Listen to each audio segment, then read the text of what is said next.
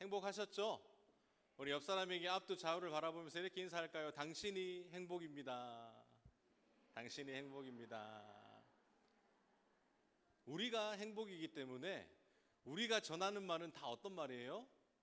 행복한 말입니다. 맞나요? 우리가 전하는 모든 말, 모든 전도, 모든 사명은 행복한 사람이 전하는 말이기 때문에 그것이 다 행복으로 전달될 겁니다. 그래서 여러분들의 삶 가운데 내가 행복이다. 정말 이 막막한 이 시절 가운데 어떤 말을 전파할까라고 했을 때 행복한 말을 여러분들 입술 통해 마음껏 전파할 때 하나님께서 그 행복을 받으시고 따따블로 여러분들에게 그 받는 영혼들에게 붙여주시는 그 은혜가 여러분 삶 가운데 충만하기를 간절히 소망합니다. 성경 이야기가 어떻게 시작되었는지 우리는 함께 볼 건데, 여러분 우리의 소원이 뭔가요? 소원. 우리의 소원 통일 맞나요? 이제는 아니죠. 우리의 소원은 통일이 아니야. 통일은 뭐 될 때 되면 되겠죠. 우리의 소원은 코로나로부터 해방.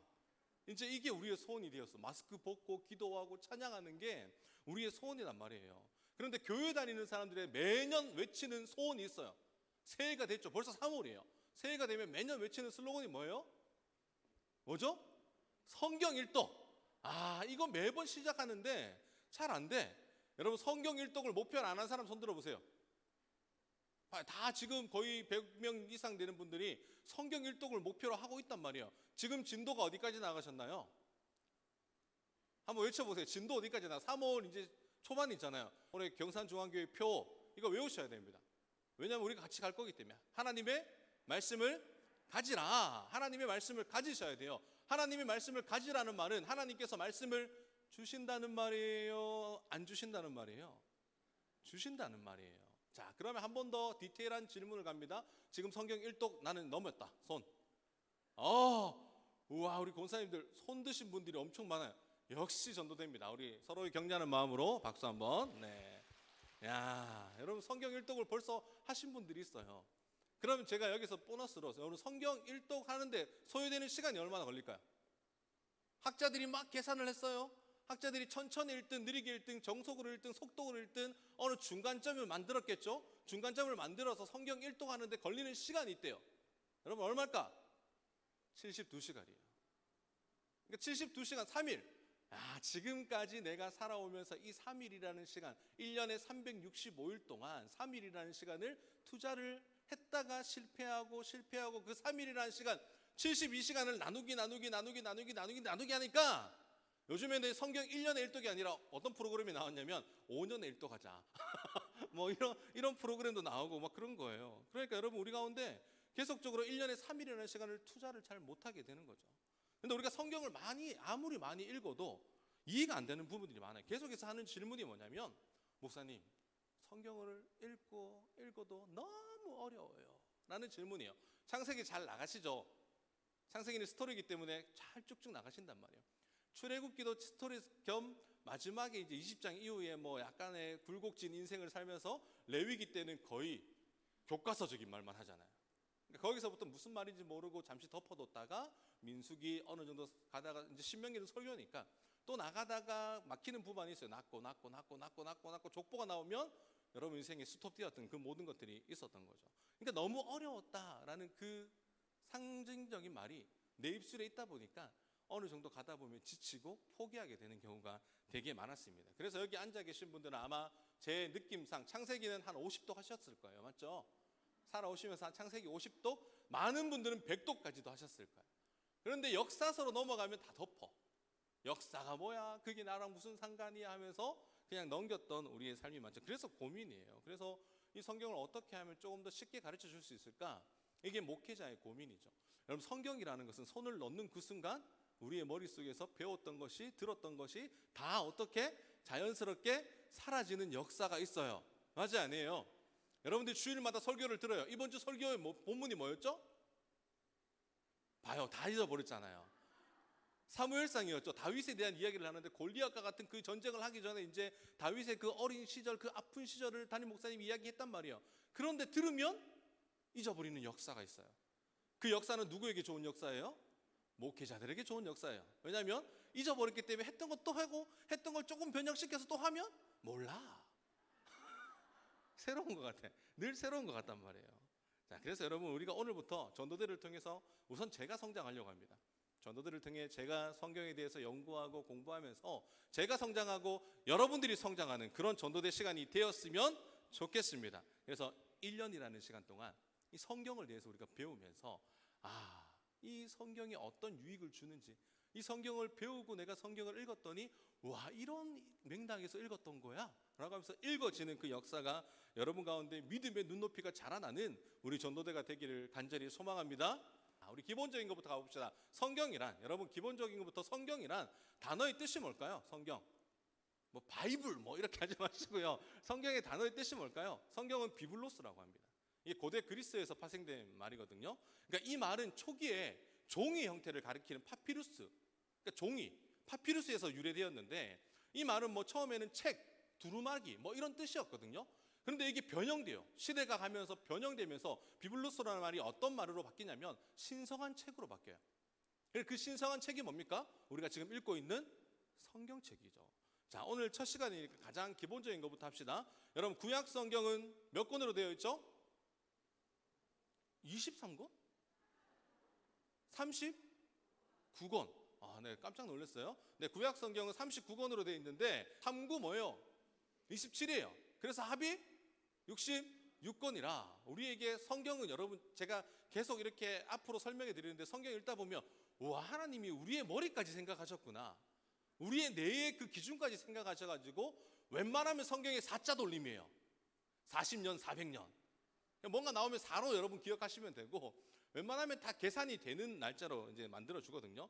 자, 66권입니다. 그런데 여러분 구약 성경은 신약 성경과 구분이 되어 있는데, 구약 성경 아까 답이 나왔어요. 구약 성경이 몇 장으로 되어 있어요? 929장으로 되어 있습니다. 성경의 39권이 몇 장으로 되어 있다고요? 풀면 929장. 그럼 여기서 문제. 자, 신약 성경은 몇 장으로 되어 있을까요?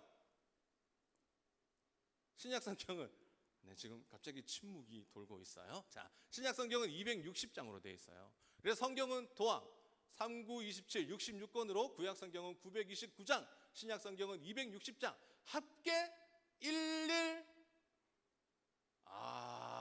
1189, 1189장으로 되어 있습니다. 여러분 굉장히 방대한 분량이죠. 여러분들이 읽어왔던 그 분량을 1189장을 내가 다 읽어야 성경 뭐예요? 일독이라고 지금 우리가 칭해주는 거거든요. 자, 여기서 조금 더 어려운 질문을 드릴게요. 이 문제 맞추시는 분들에게 제가 개인적으로 치킨을 쏘도록 하겠습니다. 제가 치킨을 쏜다는 말은 문제가 어렵다는 말일까요? 쉽다는 말일까요? 어렵다. 자, 성경은 몇 절로 되어 있을까요? 자, 몇 절? 갑자기 막막해지고 있어요. 1189장도 몰랐는데 내가 지금 성경이 몇 절로 되어 있는지 어떻게 알아? 구약 성경은 몇 절로 되어 있을까? 여러분들이 읽었던 이 성경책은, 구약 성경은 무려 몇 장요? 23,214절로 되어 있어요. 오늘 몇 절 읽었죠? 구약 성경에? 2절 읽었어요. 그 성경에 2절 읽고 성경을 하려고 하니까 알 수가 있어요, 없어요? 없는 거예요. 자, 그럼 신약 성경은 몇 절로 되어 있을까? 신약 성경, 아직 치킨의 기회가 남았습니다. 한번 찔러 보십시오. 자, 신약 성경은 몇 절로 되어 있을까? 7,957? 7,500. 어떻게 알았어요? 7,950까지 나오길래 제가 갑자기 가슴이, 심장이 벌벅 뛰기 시작하면서 야, 치킨을 싸야 될 수도 있겠구나. 야, 2절이 틀렸어요. 야, 아깝네요. 7,959절로 되어 있는 거예요. 그러니까 합이 몇 절이에요? 31,173절. 방대합니까? 방대하지 않습니까? 정말 방대한 분량을 지금 우리는 이 성경책이라고 하는 그 분량을 지금까지 살아오면서 몇십 년 동안 설교를 들었던 거예요. 여러분 이왕 여기까지 온 거 조금 더 나갑시다. 서론이니까 조금 더 나가볼게요. 이거 다른 데서 안 가르쳐 주거든요. 여러분 성경에 나오는 질문이 있어요. 질문. 제가 막 이런 질문들 하잖아요. 성경에 나온 질문의 숫자가 몇 개 나올까요? 질문. 성경의 질문. 그걸 내가 어떻게 알아요? 몇 절인지도 모르는데 성경에 대한 질문이 몇 개 나오냐면 3,294가지의 질문이 나와요. 그러니까 방대한 질문을 누구에게 쏟는 거예요? 여러분들에게 쏟는 거예요. 하루에 한 질문에 내가 답해도 이걸 3,294가지를 순종하려면 몇 년이 걸려요?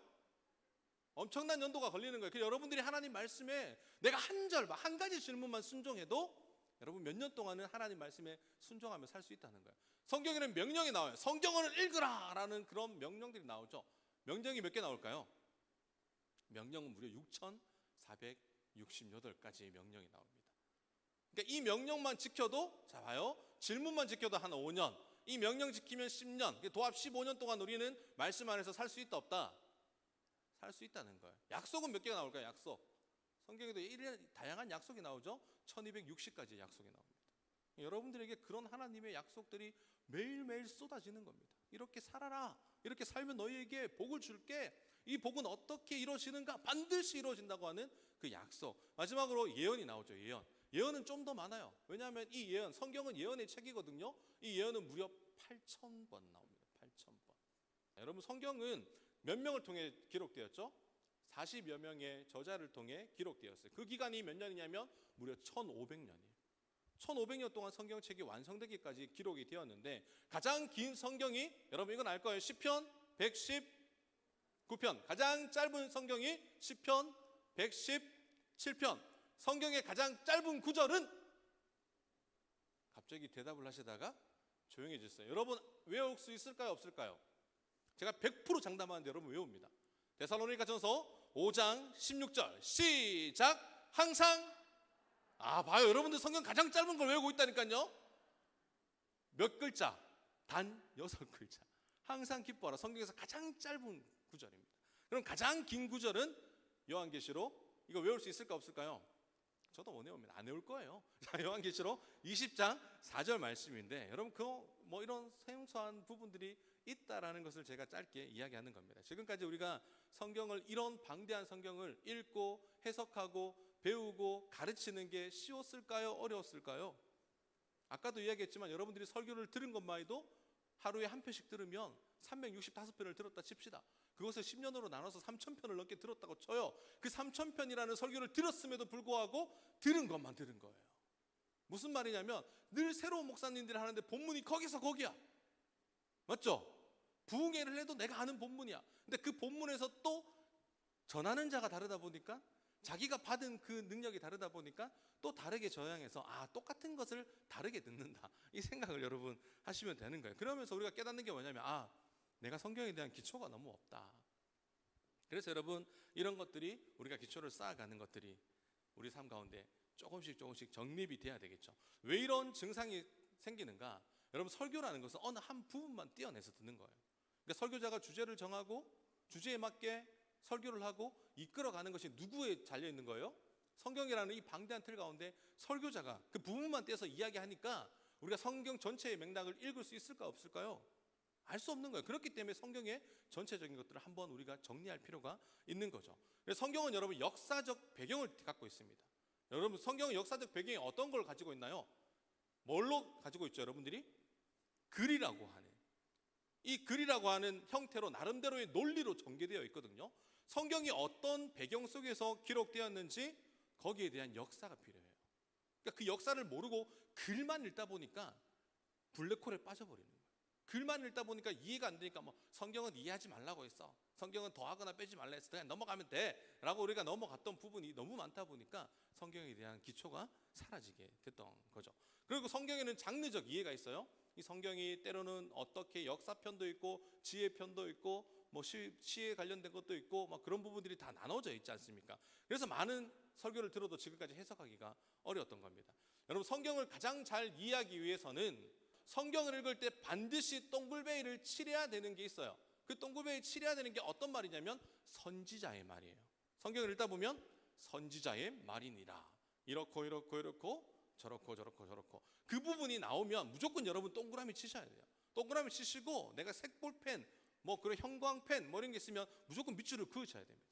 그러면서 우리가 성경에 선지자가 어떤 말을 했는지 그 부분이 가장 중요해요. 선지자가 어떤 사람인지, 그 시대에 하나님께서 이 선지자를 통해 어떤 메시지를 전했는지 잘 파악하는 것이 성경의 맥을 잡는 데 가장 중요한 겁니다. 예수님이 가장 중요하는데 예수님도 이런 말씀을 하셨어요. 누가복음 24장 27절에 보니까 우리 함께 읽습니다. 시작.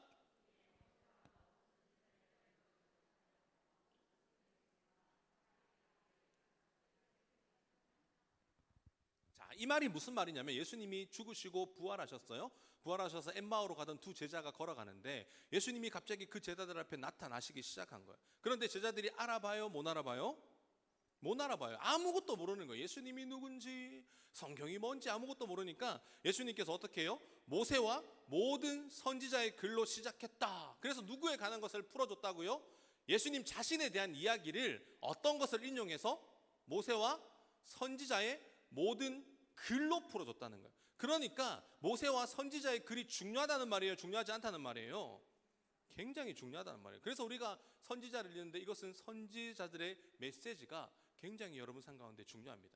여러분 뭐 한번 보세요. 모세라는 인물은 왕도 아니고 제사장도 아니에요. 그런데 성경은 분명히 모세가 뭐라고 이야기하냐면 신명기 18장 18절에 보면 내가 그들의 형제 중에서 너와 같은 선지자 하나를 그들을 위하여 일으킨다 라고 하는 거예요. 진짜 선지자들 있죠. 그 선지서를 쓴 선지자들. 그러니까 선지자들은 자신의 대북격인, 어떻게 보면 모세가 그렇게 칭호가 높은 사람이었을 거 아닙니까? 그 모세가 남긴 5권의 책을 뭐라고 하죠? 토라라고 합니다. 그러니까 이 토라는 두 개의 축을 가지고 있어요. 여러분도 잘 아는 축이에요. 뭐예요? 복과 저주. 이 두 개의 축을 가지고 있는데 복과 저주는 순종을 하면, 너희가 순종을 하면 순종을 통해 너희에게 복이 임할 것이고, 너희가 하나님 말씀에 순종을 하지 않으면, 불순종을 하면 너희에게 무엇이 임한다? 저주가 임한다.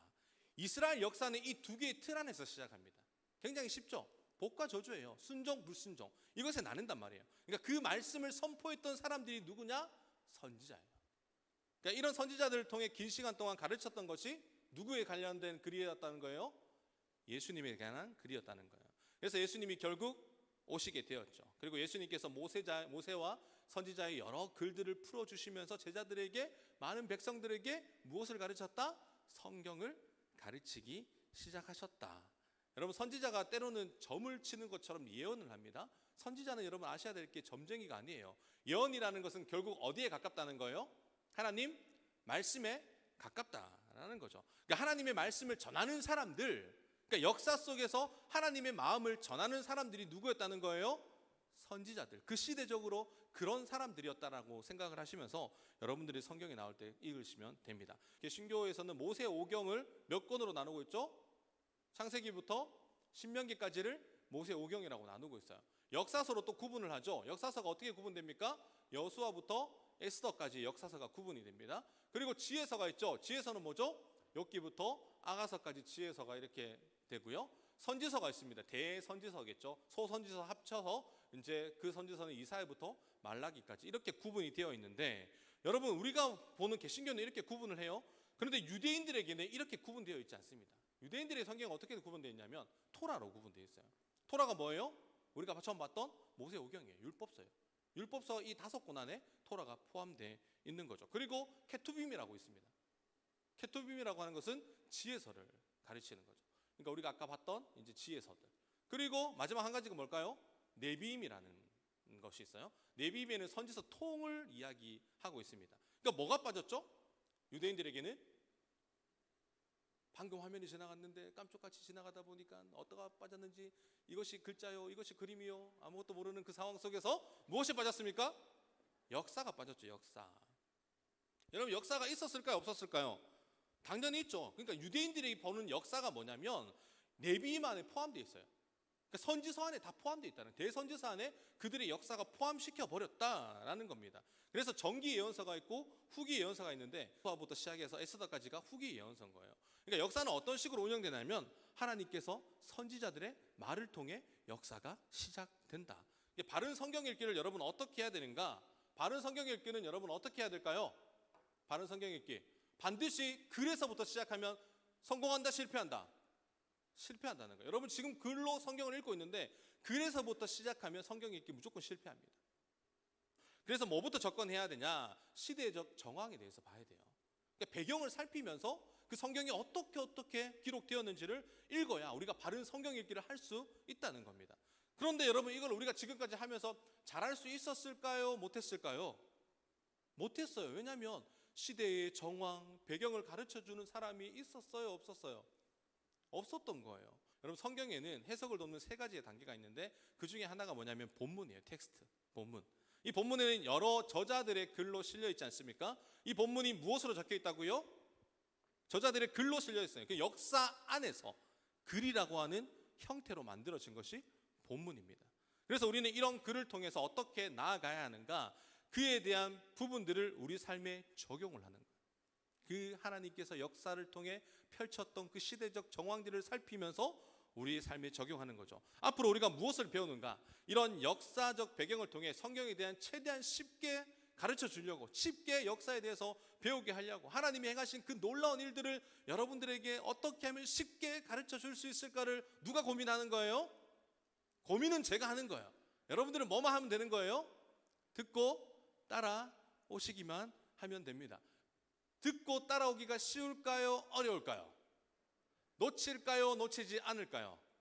놓치겠죠. 그래서 이것을 녹음을 하고 있는 거예요. 녹화를 해서 여러분 혹시 빠질 수도 있잖아요. 요즘 코로나 때문에. 그런 분들에게도 제공을 해드리고, 그래서 최대한 우리가 어떻게 하면 저는 내가 놓쳐도 내가 들었던 것도 다시 들으면서 어떻게 좀 볼 수 있을까, 그런 부분들을 좀 볼 겁니다. 여러분, 사람들이 가끔 여러분들에게 그렇게 물어요. 전도 현장에 나가면 권사님, 집사님, 성경이 뭐예요?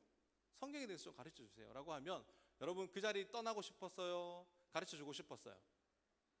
떠나고 싶었죠. 왜냐하면 성경이 뭐냐고 하면 계속 갑자기 성경이 뭐야? 그래서 성경, 구약 성경, 신약 성경, 아플 때 먹는 약, 신약, 구약, 뭐 이런 정도 버벅거렸단 말이에요. 우리가 버벅거리는 이유가 뭐냐면, 성경에는 여러분 뭐가 있냐면 시간의 간격이 있어요. 우리가 살아가는 시간도 있죠. 지금 11시라고 하는 시간의 간격이 있단 말이에요. 그러니까 우리와 몇천 년이 떨어진 거예요. 수천 년이 떨어져 있는 그 시간적 격차가 있기 때문에 성경에 대해서 가르쳐 달라고 하면 우리가 버벅거릴 수밖에 없었습니다. 왜냐하면 연대를 모르니까, 그 연도를 모르니까, 그 사건을 모르니까. 아브라함부터 여러분 구속 역사가 시작됩니다. 잘 기억하십시오. 누구부터요? 아브라함부터. 그럼 아브라함은 여러분 몇 년도 사람일까요? 목사님, 요즘 제가 태어난 연도도 모르겠는데 아브라함이 태어난 연도라뇨? 말이나 가당합니까? 여러분, 아브라함의 연도, 여러분 성경에는 여러분 다 아실 필요는 없어요. 그런데 제가 중간중간에 이 연도는 반드시 외우는 게 좋습니다 라고 하는 연도들이 있습니다. 그러면 여러분들 그런 눈빛들을 가지고 여러분들 한번 살피면 될 것 같습니다. 여러분, 성경에 나오는 연대가 있는데 이 연대를 나누는 기준도 있죠. 기준이 뭐예요? AD와 BC로 나눠요. 그것이 기준인데, 이 주전을 뭐라고 하죠? 비포 크라이스트. 그래서 이제 예수님께서 탄생하시기 전 주의 아노 도미니로 나누죠. 그래서 예수님이 바로 그 기준입니다. 예수님이 태어난 그 연대가 기준이 되는 거예요. 그리고 성경에는 꼭 외워야 될 연대가 있어요. 여러분, 주전 2166년, 이거는 굳이 외우지 않으셔도 됩니다. 그냥 2000년대라고 외우시면 돼요. 2166년에 무슨 일이 생겼을까요? 여러분, 이때 무슨 일이 있었냐면 그 유명한 아브라함이 태어납니다. 몇 년도에 태어난다고요? 아브라함이 2166년도에 태어나요. 여러분, 그 근거가 있겠죠. 근거가 뭐냐면 열왕기사 6장 1절이에요. 6장 1절에 이렇게 얘기해요. 이스라엘 자손이 애굽 땅에서 나온 지 480년이요 솔로몬이 이스라엘 왕이 된 지 4년 15월에 곧 둘째 달에. 그러니까 솔로몬 즉위 4년째라는 열왕기상에는 날짜를 기록하고 있어요. 그러니까 솔로몬 연대는 우리가 쉽게 이해할 수 있어요. 접할 수 있습니다. 그것이 언제냐면 그의 즉위 1050년부터 사울이 즉위했거든요. 그러니까 40년씩 하잖아요. 40년, 40년, 40년. 그러니까 솔로몬이 몇 년도에 즉위한 거예요? 970년에 왕이 됩니다. 거기서 4년째라고 하니까 몇 년이죠? 주전 966년이 되는 거예요. 이거를 거슬러 계산해서 올라가면 이 날짜가 나와요. 480년 전이었으니까 480년 전이 언제냐? 1446년이에요. 요거 66년 20 빼셔야 돼요. 1446년. 굉장히 중요한 출애굽 연도입니다. 그러니까 출애굽기 12장 40절에 보면 이스라엘 백성들이 애굽에 거주한 시기가 나오죠. 몇 년이라고 나와요? 여러분이 잘 알고 있는 430년이라고 얘기하죠. 그리고 창세기 47장 여러분 9절에 나중에 찾아보시면 야곱이 애굽에 들어갈 때 나이가 몇 살이냐면 130살입니다.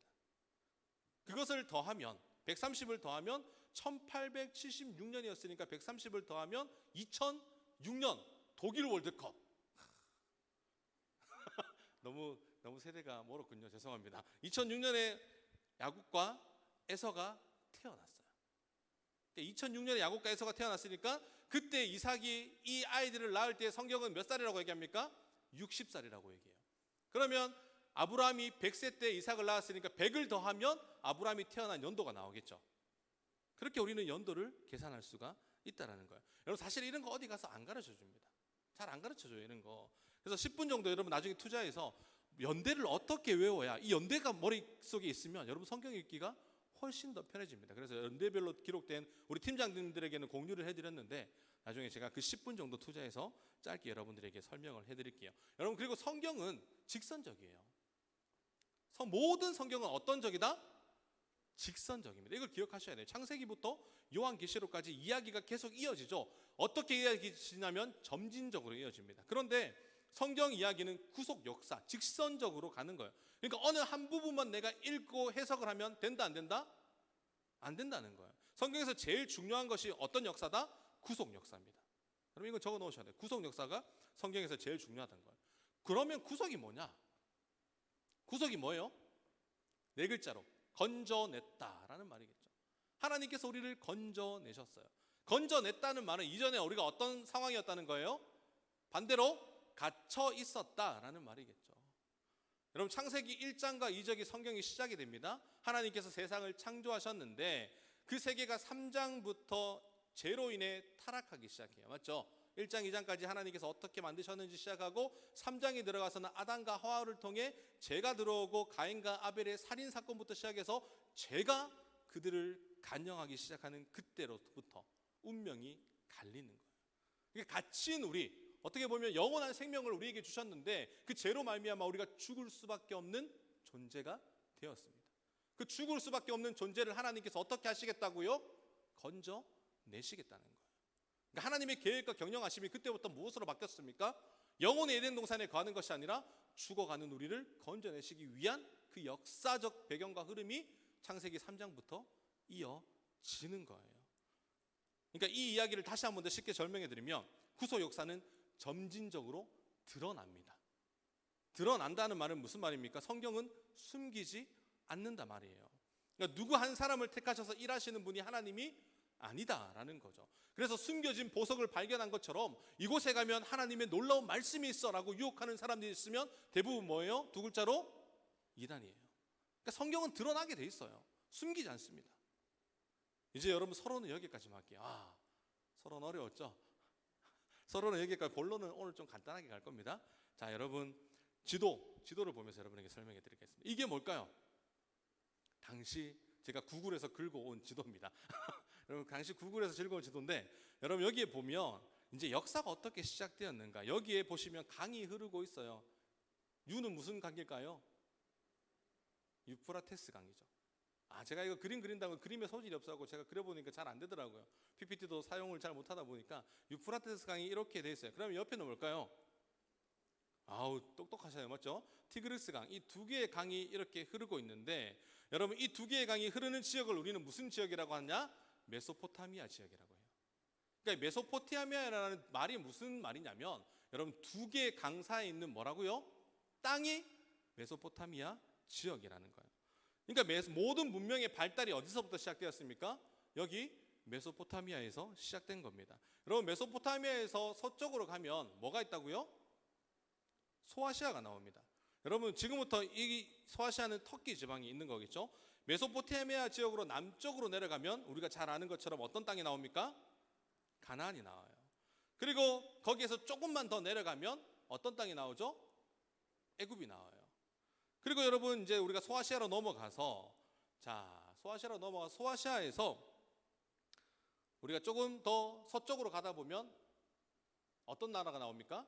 마게도니아가 나옵니다. 여러분 마게도니아 하면 들어보셨죠? 마게도니아의 아주 유명한 사람 알렉산더 대왕. 여러분 이 알렉산더 대왕이 누군지 차츰 배울 거예요. 나중에 조금 기다려 보시면 됩니다. 그 밑으로 가면 그 유명한 그리스. 자, 그리고 그리스 하면 생각나는 교회 고린도 교회. 자, 그리고 조금 더 서쪽으로 가면 뭐가 나옵니까? 로마가 나와요. 성경에는 이 방대한 분량, 이 지역들을 가지고 여러분 성경이 기록되었고 이 성경에서 우리를 어떻게 안내하는지 보는 거예요. 그러니까 우리 생각으로는 성경의 글로 보다 보니까 이게 몇 킬로가 떨어졌는지 어떤 지역이었는지 어떻게 가서 전도를 했는지 우리가 도저히 알 수 없었던 거죠. 자, 여러분 성경은 오감으로 봐야 됩니다. 내가 느끼고 보고 체험하고 쓰고 막 그런 것을 다양하게 읽어야 우리가 성경을 알 수가 있는 거죠. 여러분 그래서 이것을 둘로 나누게 됐죠.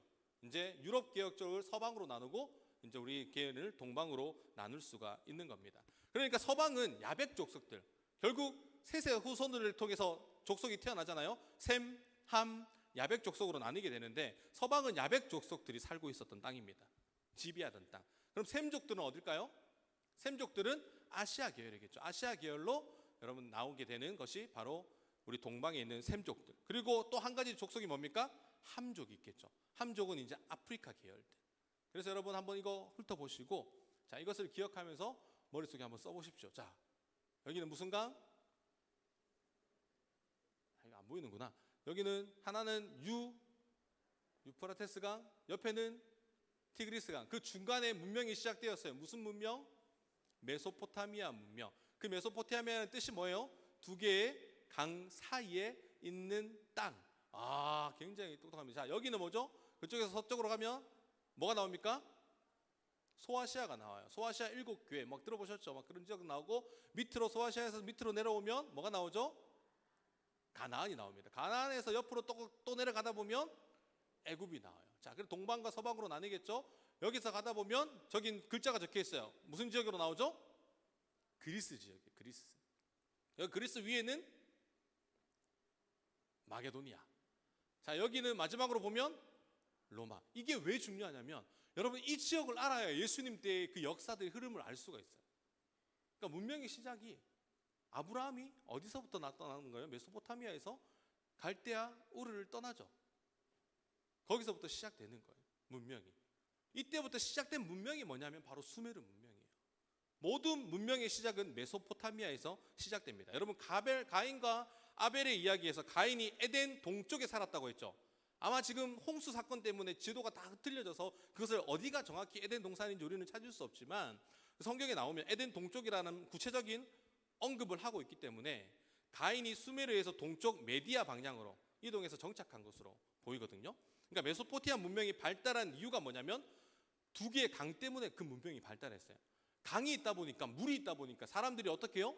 몰려들기 시작했겠죠. 그러면서 농업이 시작되는 거예요. 사람들이 밀집되는 공간이 되어지기 시작하는 겁니다. 이때 청동기 문명이 발달했고 그 문화는 무슨 문명이다? 수메르 문명이다. 그때 벽돌 굽는 기술이 있었는데 이 기술이 지금 연구에 의하면 중국보다 퀄리티가 1000년이 더 앞서 있었다고 합니다. 그 당시에. 그 당시 또 뭐가 있었냐면 상하수도. 여러분 상하수도 시설도 이때 갖추고 있었다라고 성경은 그렇게 이야기를 하고 있는 거예요. 그러니까 이때 사람들마다 동네에 뭘 짓기 시작하냐면 신전들을 짓기 시작하는 거예요. 그것을 우리는 지구라트라고 합니다. 저 끝에 보이시는, 여러분 보시기에 왼쪽에 오른쪽에 보이시는 저 신전 지구라트. 그래서 여러분 사닥다리 타고 올라가잖아요, 야곱이. 그러니까 사닥다리가 하늘이라고 하는 그 형체를 우리가 지금까지 봤지만 요 지구라트에 보면 요 네모 사닥다리 보이시죠? 저런 형태로 여러분 이해하시는 게 나을 것 같아요. 그러니까 저런 거대한 장벽의 지구라트가 있던, 저게 뭐냐면 신전이에요, 신전. 그러니까 동네마다 신전을 짓기 시작하는데 그걸 지구라트라고 하는데요. 이때 수메르 사람들의 그 문명이 발달하다 보니까 여러분 바벨론 신화, 아시리아 신화, 가나안 신화 뭐가 수출되었겠어요? 신들이 수출되기 시작했던 거예요. 신들이. 그래서 창세기 3장부터 이후에 점점 죄가 어떻게 됩니까? 인간의 죄가 개인적인 죄에서 이제는 집단적인 죄로 바뀌어요. 그래서 창세기 11장에 보면 어떻게 되죠? 바벨탑 사건이 나오잖아요. 점점 발전합니다. 집단적인 죄로. 그러니까 우상 숭배가 점점 심각해지니까 수메르 문명이 발달하는 것들이 수메르 신화였어요. 그 신화들 여러분 들어보셨습니까? 그 신화들의 특징이 뭐냐면 자연 만물에다가 이름을 짓는 겁니다. 뭘 짓는다고요? 자연 만물에다가 이름을 지어요. 어떤 이름을요? 신들의 이름을 짓기 시작하는 거예요. 그래서 여러분 들어보셨죠? 길가메시 서사시 뭐 이런 것들, 아트라샤시스 서사시 뭐 이런 신들을 이름을 지어놓고 거기에 뭘 만드냐면 스토리를 만들어요. 이야기를 만들죠. 그러니까 그 신들의 스토리 속에 사람들의 세계관이 녹아져 있었겠죠. 그 스토리가 어디서 나왔는가? 바벨론 신화, 아시리아 신화, 가나안 신화까지 계속적으로 그 특징들이 비슷하게 수출되는 거예요. 그래서 바벨론 신화에 봐도 길가메시 서사시나 뭐 이런 것들을 봐도 홍수 사건이 나옵니다. 그러니까 그들이 말하는 홍수가 뭐냐면 두 강 사이에 사람이 살다 보니까 신들이 노해가지고 사람이 너무 많아 보니까 강들을 범람하게 해서 그 사람들을 죽였다라고 그 신들은 그렇게 표현을 하지만 우리는 성경에 뭐라고 얘기해요? 하나님께서 노아를 살리고 그 사람들의 죄악이 가득하기 때문에 그 사람들을 물로 심판했다라고 그렇게 이야기를 하는 거죠. 발달해 가는 그 사람들을 통해서 하나님께서 노아를 선택하세요. 그 부분에서 우리가 반드시 기억해야 될 것, 성경을 읽을 때 하나님께서는 반드시 한 사람을 선택하십니다. 사람을 남겨놓으세요. 여러분, 하나님께서는 남은 자들을 선택하시면서 그 사람을 중심으로 새로운 이야기를 써내려가는 것이 바로 성경의 내용입니다. 그 첫 번째 주인공이 누구예요? 창세기 5장 끝부분부터 나오는 노아예요. 그러니까 첫 번째 주인공이 노아인 거죠. 창세기 11장 가면 바벨탑 사건이 나오는데 홍수 이후에 죄에 대한 부분이 이제는 어떻게 발전했다고요? 개인적인 죄가 조직적으로 발전했습니다. 그러니까 그들이 순종합니까? 불순종합니까? 불순종하기 시작하겠죠. 그러면서 그들이 악한 모습을 보여주는데 하나님께서는 그들을 위해 또 다른 계획을 세우세요. 늘 인간은 죄를 짓고 하나님은 우리를 구속하시기 위해서 늘 또 다른 생각을, 계획을 지으시면서 사람을 보내주시는 거예요. 그리고 11장 이후에 선택한 사람이 누굽니까? 우리가 보았던 아브라함이에요. 여러분, 창세기 1장, 2장은 창조 이야기를 시작해서 창조 이야기가 성경 66권의 토대입니다. 여러분, 그것만 기억하세요. 창세기 1장, 2장은 성경의 뭐다? 66권의 토대예요. 그 내용이 하나님이 어떤 분인가, 창조주이시고 주권자이시고 소유자시고 세상을 주관하시는 분이 하나님이시다라는 겁니다. 하나님께서 세상을 만드셨는데 인간을 만드셨죠. 그 세상이 어떻게 됐습니까? 인간이 죄악으로 말미암아 망가지고 있는 거예요. 하나님이 만드신 그 나라가 망가지고 있으니까 복구해야 돼요? 안 복구해야 돼요? 복구해야 돼요. 그러면서 망가진 세상을 향해 하나님이 무엇을 하시는가? 아담과 하와가 아들을 낳아요. 누구요? 가인과 아벨을. 가인과 아벨이 또 사건이 생기죠. 가인이 누구를 죽입니까? 아벨을 죽고 그 후에 하나님께서 그 가정에 누구를 줍니까? 셋을 주세요. 그래서 셋을 통해 언약의 자손의 계보가 이어지면서 창세기는 범죄가 있고 5장에 누구의 족보가 나와요? 누구의 족보가 나오죠? 셋의 족보가 나오는 겁니다. 여러분, 셋의 족보가 나오고 언약 자손의 족보 마지막에 누가 등장하느냐? 바로 노아가 등장하는 거예요. 그리고 홍수 사건이 생기죠. 그 다음 무슨 사건이 생기냐? 바벨탑 사건이 생기는 겁니다. 그리고 또한 족보가 나오는데 어떤 족보가 나옵니까? 셈에 대한 내용의 족보가 나와요. 노아의 아들 중에 셈, 함, 야벳, 이 사람들이 있었죠. 지역이 흩어졌죠. 문화가 만들어졌죠. 그리고 창세기 11장에 셈의 족보가 나오고 마지막에 누가 나오느냐? 아브라함이 나와요. 그래서 여러분들이 성경을 읽을 때 족보 내용이 나온다. 족보에서 가장 중요한 사람 두 사람이 있습니다. 누굴까요? 첫 번째 이름, 그리고 마지막에 이 족보를 통해 하나님께서 어떻게 역사를 만들어 가실까 하고 하는 마지막에 나오는 사람, 그 두 명만 보시면 돼요. 성경 읽기가 조금 더 쉽겠죠. 누구 다 외우실 필요 없고 첫 번째와 마지막을 보면서 여러분들이 가는 거예요. 그 남은 자, 그 남은 한 사람을 통해 하나님의 역사가 시작되는 겁니다. 그리고 셈의 족속의 마지막에 나오는 게 아브라함이죠. 아브라함이 등장하면서 이야기 스토리가 조금 바뀌어요. 이제 새로운 이야기로 갑니다. 아브라함 다음에 누가 오죠? 이삭과 야곱, 그리고 요셉으로 이어지는 족장들의 이야기가 창세기 12장부터 50장까지 펼쳐지는 거예요. 이건 단지 혈통적인 이야기가 아닌 거예요. 누가 네 아들이 어떻게 되었고 이런 혈통적인 것을 이야기하는 것이 아니라 똑같은 자손이라고. 여러분, 다 같은 자손이 아닙니다. 왜냐하면 야곱은 선택되었고 에서는 선택받지 못했기 때문이에요. 선택이라는 게 뭡니까? 결국 전적인 하나님의 은혜인 거예요. 야곱이 특별해서 그를 선택한 게 아니다라는 거죠. 여러분, 야곱이 신앙이 좋았습니까? 아니잖아요. 이 사람의 특징이 뭐냐면 야곱의 특징이 우리랑 비슷해요. 점진적이에요. 점점점 좋아져요, 신앙이. 우리도 마찬가지죠. 점점점점 신앙이 좋아집니다. 그러면서 이제 창세기가 진행되는데 다음 주에는 이 족장들 3명에 대해서 여러분들이 살펴볼 거예요. 아브라함도 이삭도 야곱도 요셉도 다 마찬가지로 이 내용 중에 무슨 내용이 있냐면 예수님이 있어요.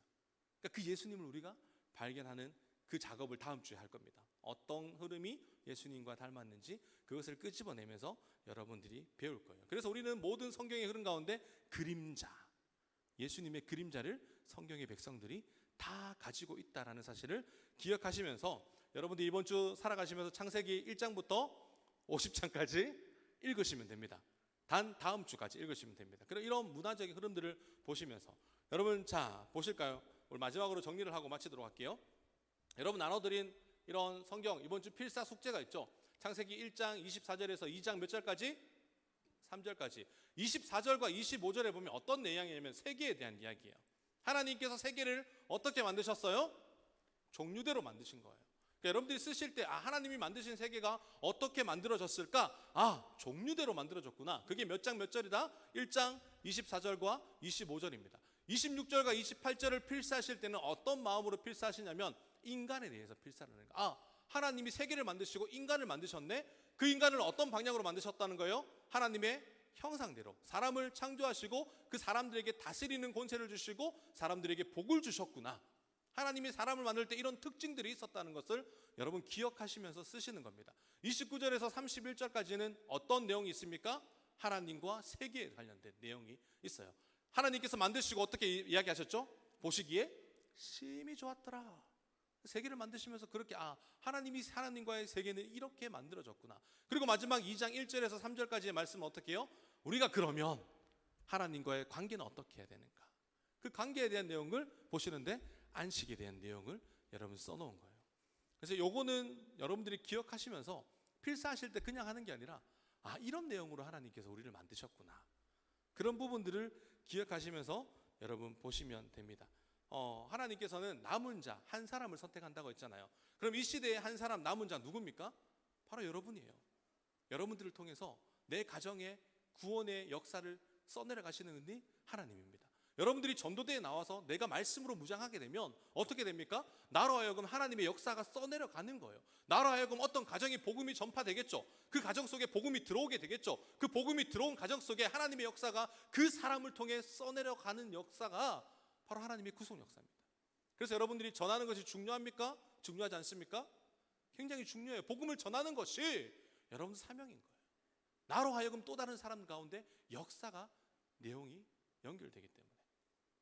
오늘 서론이 너무 길어서 약간 지루할 수도 있는데 다음 주부터 조금 더 재밌게 여러분들이 아는 이야기들 이렇게 펼쳐나가면서 우리가 말씀을 보도록 하겠습니다.